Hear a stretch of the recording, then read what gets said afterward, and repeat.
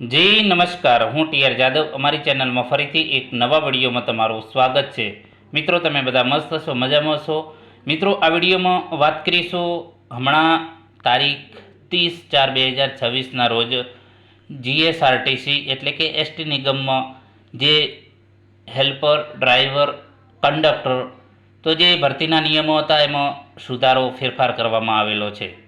તો આ વિડીયોમાં વાત કરીશું જીએસઆરટીસી હેલ્પર ભરતી, જીએસઆરટીસી હેલ્પર નવા નિયમો 2026 શું ફેરફાર થયો, ફાયદો કે નુકસાન, તો તેના વિશે આ વિડીયોમાં ડિટેલમાં ચર્ચા કરીશું. તો મિત્રો, આ વિડીયો વધુમાં વધુ મિત્રોને શેર કરજો જે લોકો હેલ્પરની તૈયારી કરી રહ્યા છે.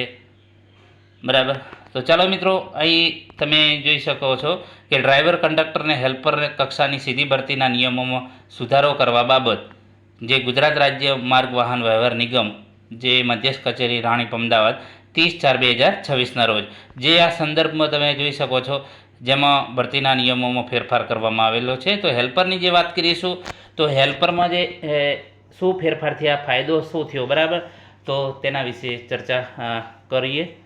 તો વિઝનમાં જોઈશું તો ચોખ્ખું વિઝન હોવું જોઈએ, પરંતુ એમાં લખેલું નથી કે બ્લાઇન્ડનેસ જે કલર બ્લાઇન્ડનેસ હોવું જોઈએ કે નહીં, એટલે ચોખ્ખું વિઝન હોવું જોઈએ. બરાબર, એટલે એ જે નિયમ છે એમાં કંઈ સુધારો વધારો છે નહીં. બરાબર, વિઝનમાં તો પહેલાં પણ એ જ માગતા હતા કે ચોખ્ખું વિઝન હોવું જોઈએ, કલર બ્લાઇન્ડનેસ ન હોવું જોઈએ. બરાબર, વયમર્યાદામાં એ મતલબ કે કોઈ ફેરફાર નથી, જે 18થી 35 વર્ષ છે. અનામત જે કેટેગરીના છે એને છૂટછાટ મળવાપાત્ર છે. લઘુત્તમ શૈક્ષણિક લાયકાત પણ એ જ જે છે જેમાં અગાઉની જે ભરતી આવેલી હતી જેમાં આપણે વાત કરીએ કે આઈટીઆઈ કર્યા પછી આઈટીઆઈ જેમાં કયા કયા ટ્રેડો, તો મિકેનિક મોટર વ્હીકલ એમએમવી છે, મિકેનિક ડીઝલ છે, જનરલ મિકેનિક છે, ફિટર છે, ટર્નર છે, ઇલેક્ટ્રિશિયન છે, સીટ મેટલ વર્કર છે, પછી ઓટોમોબાઈલ બોડી રિપેરિંગ છે, welder cum fabricator, machinist, carpenter, painter general, automobile painter અને ઓછામાં ઓછા 1 વર્ષનો કોર્સ. બરાબર, લઘુત્તમ શૈક્ષણિક લાયકાત એની જ છે. અગ્રતા માટેની વધારાની લાયકાત તો કે તમે સરકારી, પ્રાઇવેટ કે જાહેર સાહસ જે પબ્લિક અંડરટેકિંગ હોય, બરાબર, અથવા કોઈ પણ લિમિટેડ છે પ્રાઇવેટ લિમિટેડ કંપનીમાં ઉમેદવાર દ્વારા લઘુત્તમ શૈક્ષણિક લાયકાતમાં દર્શાવ્યા ટ્રેડમાં જે અગાઉ કોઈ મતલબ કે એવો જે નોટિફિકેશનમાં પણ જે જાહેર કરવામાં આવેલું હતું કે તમે જે ટ્રેડમાં કરેલી છે એવું કોઈ સ્પષ્ટ લખાણ ન હતું, પરંતુ આ વખતે જે લાઇનમેનવાળાનો જે કિસ્સો ધ્યાનમાં આવ્યા પછી સરકારે મતલબ કે જીએસઆરટીસી પણ સફાળું જાગ્યું છે અને એમણે નિયમોમાં ચોખ્ખું જે હમણાં જીએસઆરટીસી હેલ્પર દિવ્યાંગ માટેની જે ભરતી આવી છે એમાં પણ ચોખ્ખા શબ્દમાં લખેલું છે કે જેમાં તમે આઈટીઆઈ કર્યું છે તો એમ જ તમે એપ્રેન્ટિસ હોવું જોઈએ, ઇલેક્ટ્રિશિયન તો ઇલેક્ટ્રિશિયનમાં જ હોવું જોઈએ, ફિટર તો ફિટરમાં જ હોવું જોઈએ. જે ટ્રેડમાં તમે એપ્રેન્ટિસ જે ટ્રેડ છે તમારો તો એમાં જ એપ્રેન્ટિસ હોવું જોઈએ, નહીં તો તમારી ઉમેદવારી રદ થશે. આ ખાસ ધ્યાન રાખજો. એટલે તમારી પાસે અન્ય કોઈ, માની લો કે ફિટર તમારી પાસે છે, ફિટર કરેલું છે ને પછી એપ્રેન્ટિસ તમે બીજા અન્યમાં જે બોઇલર એટેન્ડન્ટ કે અલગ બીજામાં કરેલું હશે તો નહીં ચાલે. ઇલેક્ટ્રિશિયન કરેલું છે અને તમે લાઇનમેનમાં કરેલું છે તો નહીં ચાલે. સ્પષ્ટ શબ્દમાં લખેલું છે, એટલે આ પણ ખાસ ધ્યાન રાખજો. મેરિટ યાદી તૈયાર કરવાની પદ્ધતિ, હવે આમાં ખાસ સુધારો વધારો થયો છે. અગાઉની 2025ની જે ભરતી હતી અથવા તો હમણાં જે દિવ્યાંગ ઉમેદવારો માટેની જે સ્પેશિયલ ભરતી જાહેર થઈ છે એમાં પણ જે આપણે વાત કરીએ કે નોટિફિકેશનમાં આપેલું હતું અને અગાઉની ભરતીમાં પણ જે તમારા આઈટીઆઈના જે માર્ક્સ પ્લસ એપ્રેન્ટિસના 15 માર્ક્સ અને આઈટીઆઈના 55 એના જે 70 માર્ક્સ બનતા હતા અને એ 70માંથી તમારે જે તમે માર્ક્સ લાવો છો એ માર્ક્સના મેરિટ બને અને મેરિટના હિસાબે તમને મતલબ કે જે તમારું મેરિટ બને છે એ પ્રમાણે તમને લેખિત પરીક્ષા આપવા મળતી. આ તમને નુકસાન હતું, કારણ કે ઘણા મિત્રો એવા હોય છે કે આઈટીઆઈમાં મહેનત ઓછી કરી હોય અથવા તો એપ્રેન્ટિસમાં પણ ઓછા માર્ક્સ હોય, તો એ લોકોને હવે મહેનત કરવાની ઈચ્છા જાગે. બરાબર, એમને ઈચ્છા થાય કે મારે સરકારી નોકરી લેવી છે ને હાલો ભાઈ આપણે તૈયારી કરીએ. પરંતુ પ્રોબ્લેમ એ હતો કે આઈટીઆઈમાં ઓછા માર્ક્સ હોય, એપ્રેન્ટિસ કદાચ ના કર્યું હોય, જેમણે એપ્રેન્ટિસ નથી કર્યું તો એમને પણ ફાયદો જ છે, કારણ કે તમારે હવે અગાઉ જે OMRના ફક્ત 30% જ ગણવામાં આવતા અને હવે જે સુધારો કરેલો છે 90% OMRના, અને ખાસ એ ફાયદો થયો છે દરેક વિદ્યાર્થીઓને કે તમારે મેરિટમાં આવવાની જરૂર નથી. કહેવાનો મતલબ લેખિત પરીક્ષા માટે તમે ફોર્મ ભર્યું છે તો તમે લેખિત પરીક્ષા આપી શકશો. આ જે છે મોટામાં મોટો ફાયદો છે.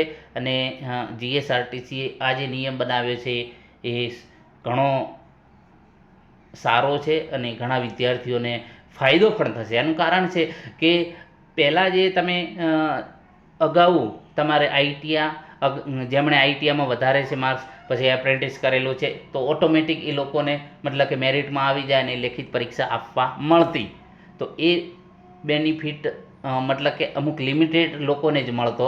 મતલબ કે જેને આઈટીઆઈમાં સારા છે, અથવા તો એપ્રેન્ટિસ કર્યું છે, અથવા તો એપ્રેન્ટિસ નથી કર્યું તો એ પણ અમુક લોકો રહી જતા હતા લેખિત પરીક્ષા આપવા માટે.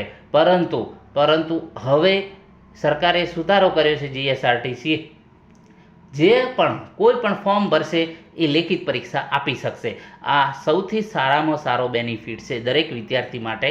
એટલે હવે ઘણા મિત્રો એવું વિચારતા હતા કે આમાં મેરિટમાં આવીએ કે નહીં આવીએ તો લેખિત પરીક્ષા આપવા મળશે કે નહીં. હવે જે રીતે પરીક્ષા કોમન બધી જે પરીક્ષાઓ લેવાય છે, GPSC મતલબ કે GSSB કે અન્ય બીજી કોઈ પોલીસની કે તલાટીની કોઈ પણ પરીક્ષા, એમાં તમે ફોર્મ ભરો એટલે તમને ડાયરેક્ટ તમને પરીક્ષા આપવા મળે છે. તો એ રીતે ST નિગમે પણ આ જે ફેરફાર કર્યું છે એ ઘણો ધન્યવાદને પાત્ર છે કે દરેકને લાભ મળે પરીક્ષા આપવા. એનો પણ અધિકાર છે. કોઈ પણ સ્ટુડન્ટ ITA પાસ કરેલું છે અથવા તો એપ્રેન્ટિસ કરેલું છે કે ફક્ત ને ફક્ત ITA કરેલું છે તો એ પણ ફોર્મ ભરી અને પોતાનો મતલબ કે લેખિત પરીક્ષા આપી શકશે ડ્રાઈવર, કંડક્ટર, હેલ્પરમાં. તો આ ઘણો ફાયદો થશે તમને. તો અહીં તમે જોઈ શકો છો કે OMR જે વાત કરીએ કે અગ્રતા માટે જો વધારાની, જો તમે એપ્રેન્ટિસ કરી છે તો બરાબર છે, એપ્રેન્ટિસ નહીં કરી હોય તોય વાંધો નહીં આવે. તમે લેખિત પરીક્ષામાં સારું મેરિટ બનાવી શકશો. કેમ કે 90% ગણાશે. તમે 100નું પેપર છે, 100માંથી તમે મતલબ કે સારા એવા માર્ક્સ લાવશો તો પણ તમને ફાયદો થાય, તમારું મેરિટમાં નામ આવી જાય એવી શક્યતા છે. કારણ કે એમાં જે છે તમે એપ્રેન્ટિસ નહીં કર્યું હોય તો ફોર્મ પણ ભરી શકશો અને મેરિટમાં આવવાના ચાન્સીસ પણ ઘણા છે. એનું કારણ કે અગાઉની જે પરીક્ષા હતી એમાં 63% ગણવામાં આવતા OMRના અને હવે 90%.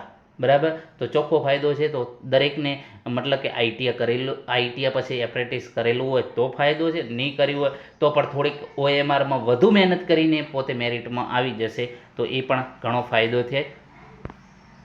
હવે OMRમાં અરજી દરેક ઉમેદવારોને, અહીં તમે જોઈ શકો છો કે દરેક ઉમેદવારોને OMR લેખિત પરીક્ષા આપવા માટે બોલાવવામાં આવશે. અરજી પત્રક ભરનારને જે પણ ફોર્મ ભરે છે એને પરીક્ષા આપવા મળશે.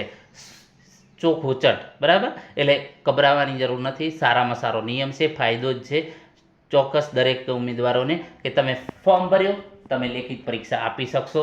તો તમે સારી એવી તૈયારી કરીને પણ ભલે તમારે ટકા ઓછા હોય, બરાબર, દરેક જે પણ મિત્રો છે, બરાબર, ફોર્મ ભર્યું, તમને ભલે તમે એપ્રેન્ટિસ ના કર્યું હોય તો પણ તમારે લેખિતમાં મતલબ કે એમાં કોઈ માપદંડ નથી, તમે લેખિત પરીક્ષા આપી શકશો. આ સૌથી સારામાં સારો બેનિફિટ છે અને આ નિયમ સારો છે. બરાબર. પછી એમાં જે છે ગુણ ધ્યાનમાં, પાસ થવા માટે લઘુત્તમ કોઈ પણ ધ્યાનમાં લેવામાં આવશે નહીં. એટલે કે જે તમારે OMR છે પહેલાં અગાઉની જે ભરતીમાં છે 40% ફરજિયાત તમારે લાવવાના રહેશે. ભલે તમારું મેરિટ હાઈ બનતું તેમ છતાં જો તમારે 40% ના આવે તો તમે ફેલ ગણવામાં આવતા હતા. પરંતુ એ નિયમ હવે કાઢી નાખ્યો. આ પણ એક સારો ફાયદો છે.